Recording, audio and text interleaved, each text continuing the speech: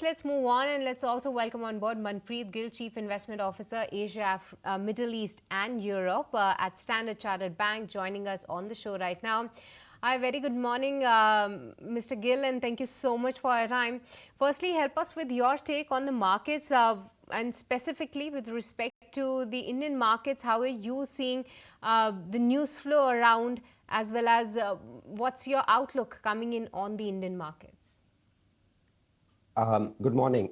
No, we have been constructive on Indian equities, and I think particularly when we saw the pullback earlier in the year, we've been one of the bigger optimists out there, particularly relative, to bonds and cash onshore within India.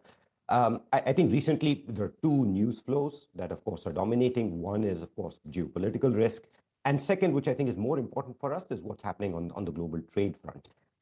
But look, we've always been of the view that some of the stress we've seen through the month of April has really been a little bit more a stress that's created an opportunity to add, and that arguably applied a little bit more so to Indian equities, given we'd seen some sort of pullback that started much before the trade-related pullback alone. So we're constructive. I think we really look at some of the volatility experience as a great opportunity to buy from a long-term perspective. We have become a bit more balanced in our mix of large cap versus small cap, mix of equity sectors. But even across the region, the debate for us has always been where we sort of allocate our overweights within Asia as well. India is still more of a neutral core holding, but definitely biased a little bit more on the positive side. Manpreet, what makes you constructive on Indian equities? Aren't they expensive? Well, that has been a challenge for a long period of time. And investing on valuations alone the last couple of years would have meant you would have missed quite a significant rally. I think one of the upsides of the pullback we experienced in recent months is that valuations have come off their extremes. We at least came back for a period of time to longer term average levels. I think the way we view it is that at least we're at levels where valuations by themselves are unlikely to be a hindrance to returns. So the focus then shifts to which way are the macro catalysts. We undoubtedly went through a short period of readjustment to some softness in some of the growth data, but we think that adjustment to a somewhat lower level of growth is now behind us. And if anything, we'd argue we're seeing a bit of an upturn in some of the higher frequency data. Some sectors, of course, beginning to demonstrate some optimism in earnings. So that's the reason why, look, we'd rather be buyers than sellers. But undoubtedly, keeping a bit of a barbell approach, a mix of cyclical and defensive sectors, focusing on large caps, that we think is prudent. So what to your mind should be the projected return from India if somebody starts today and has a 3-year time view?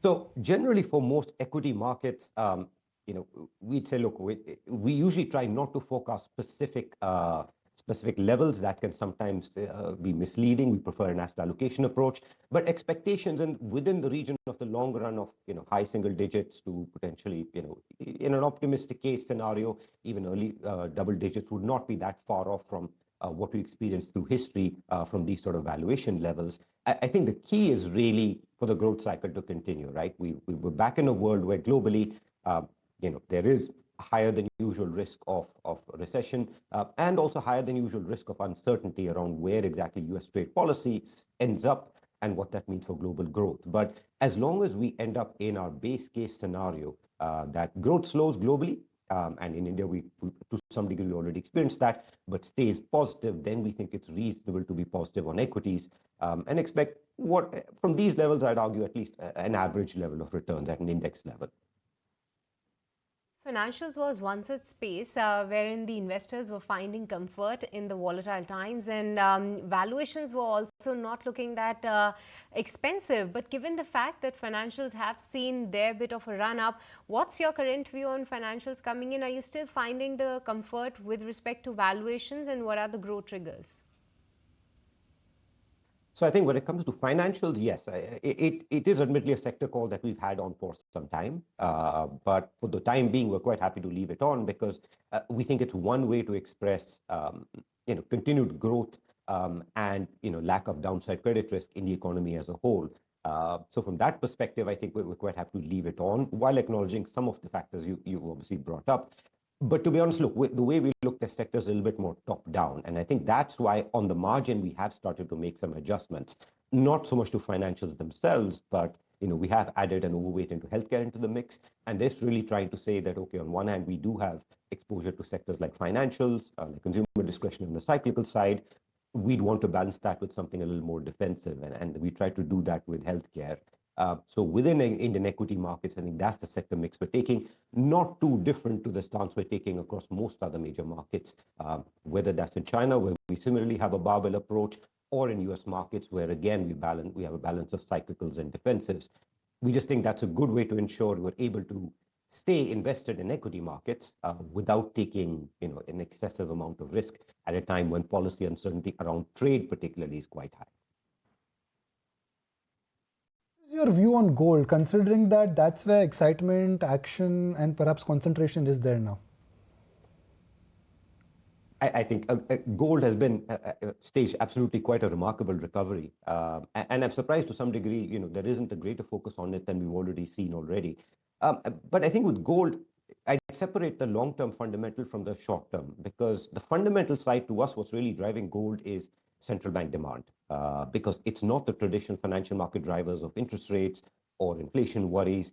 What is ending up being a much better explainer of what's going on is the fact that major emerging market central banks continue to be buyers, and they've been buyers since the start of the Ukraine war in 2022. Our concern in the short term, of course, is that in such strong rallies, you tend to get periods of extremely one-sided positioning, and arguably where we've been moving in and out of that extreme positioning scenario in recent weeks. So fundamentally, we're still positive, and in our global portfolios, particularly, we've maintained an overweight. We're staying with that, but we'd be happier sort of seeing gold pull back towards $3,000, or at least end up in the 3,000 to 30 to 50 range before adding further. I think that'll help generate an attractive entry point at a time where positioning is quite one-sided. Manpreet, also help us understand what will be the key deciding factor or the key triggers for the markets ahead. Well, of course, with respect to the geopolitical situations, that's a moving part and that's a developing situation that every one of us is definitely tracking. But with respect to the trade talks, some bit of a clarity is still coming in, has already started coming in for some of the developed nations. Give us some sense that as per you, which will be the key triggers that investors should watch out for, can decide the market movement? Look, when it comes to financial markets, I'd focus on trade deals that the US starts to reach and the nature and structure of those trade deals. Because the lesson from markets around the world over the past 4 to 5 decades is that geopolitics, yes, it does tend to dominate the headlines, but in the vast majority of cases, from a financial market perspective, it tends to be more of a short-term volatility event and not more than that. But from a trade perspective, look, recent news has undoubtedly been positive. We've got the first trade deal, or at least the contours of it, with the UK. And the fact that the US and China have started to talk to each other, I think that by itself is quite a positive achievement. But I think we have quite a way to go, because when you think about the economic impact, what we're watching is where does the average US tariff level end up for the year? Because when you think about the economic impact, the market impact, that's likely to be the deciding factor. So achieving a trade deal with a couple of geopolitical allies like the UK, that's arguably already built into expectations, and expect we'd see a few more of those in the coming weeks. But making progress at an aggregate level, trying to bring down that average tariff level, I think that's going to be quite key. US-China trade talks, of course, might still be the hardest to get to that outcome. But I think markets might be quite happy there with just the fact that conversations are happening. So to us, that's why it's so important to stay invested. It's easy to be bearish, but we still think in a base scenario, enough deals will be achieved to help achieve a soft landing. But undoubtedly makes sense to be prudent. And the way we're doing that is being a bit more balanced in our sector picks across all major markets within equities, and obviously balance that with exposure to gold and to some degree high quality bonds. We think that's actually the most attractive way to manage today's uncertainty rather than getting scared away into cash. That we just don't think is a helpful way to generate returns. Like that line, Manpreet, when it comes to that it's easy to be bearish at this point in time, but you are expecting a soft landing. But thank you so much for taking the time out and speaking with us and helping us with your perspective when it comes to market and what can actually impact the same. If you like this video, then like, share and subscribe to ET Now.